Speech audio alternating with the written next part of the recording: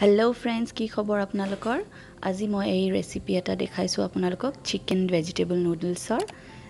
আৰু আপোনালোকে যদি ভাল পায় প্লিজ সাবস্ক্ৰাইব কৰিব চেনেলটো আৰু লাইক আৰু শেয়াৰ কৰিব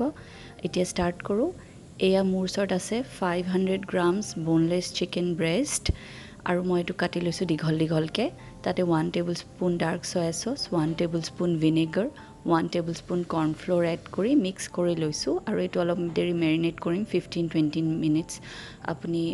ফ্ৰিজত থৈ দিব এয়া 100 গ্ৰাম নুডলছ মই বইল কৰি থৈছো আৰু তাতে মই 2-3 চামুচ তিলৰ তেল নহলে বা অলিভ অইল এড কৰিব পাৰে মিক্স কৰি থৈ দিয়ক সাইড এয়া মই পিয়াজ গাজৰ ক্যাপসিকাম বান্ধাকবি দীঘল দীঘলকে কাটিছো আৰু আদা আৰু নহৰু কাটিছো একদম সৰু সৰুকে চপ কৰি লৈছো এতিয়া এটা বাউলত 1 টেবুলস্পুন oyster sauce নাই যদি ডাৰ্ক সয়া সস এড কৰিব 1 tablespoon vinegar 1 টেবুলস্পুন tomato ketchup add কৰি মিক্স কৰি থৈ দিব আৰু তাৰ পিছত অলপমান ব্ৰাউন সুগাৰ 1 টিস্পুন আৰু অকমান পানী দি আকৌ মিক্স কৰিব আৰু এখিনি থৈ দিয়ক পিছত ইউজ কৰিম এতিয়া কেৰাহী এটা 2 টেবুলস্পুন মান অইল লৈ পেলাই চিকেন খিনি আমি ফ্ৰাই কৰিম ভালকে ফ্ৰাই হৈ যাব যেতিয়া চিকেন খিনি বেলেগ এটা বাসনত উঠাই থৈ দিব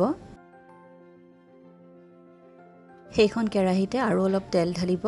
আৰু এতিয়া আমি তাতে আদা আৰু নহৰু খিনি অকমান ভাজি লম অকন ভাজা হোৱাৰ পিছত পিয়াজ খিনি দি দিম আৰু পিয়াজ খিনিও অকমান ভাজি লম তাৰ পিছত বান্ধাকবি খিনি দি দিছো বাকি সবজি খিনিও অলপ অলপকে দি থাকিব আৰু অলপ অলপ ভাজি থাকিব ক্যাপসিকাম খিনিও দি দিলো এতিয়া অকমান নিমখ দিব 1 টিস্পুন মান বা আপোনালোকক যেনেকে ভাল লাগে তাৰ পিছত চিকেন খিনি এড কৰি দিম আমি আৰু অলপ দেৰি ভাজিম বেছি না ভাজিব সবজি খিনি তাৰ পিছত এই যে সসটো আমি বনাইছিলো সেই সস খিনি ঢালি দিছো মই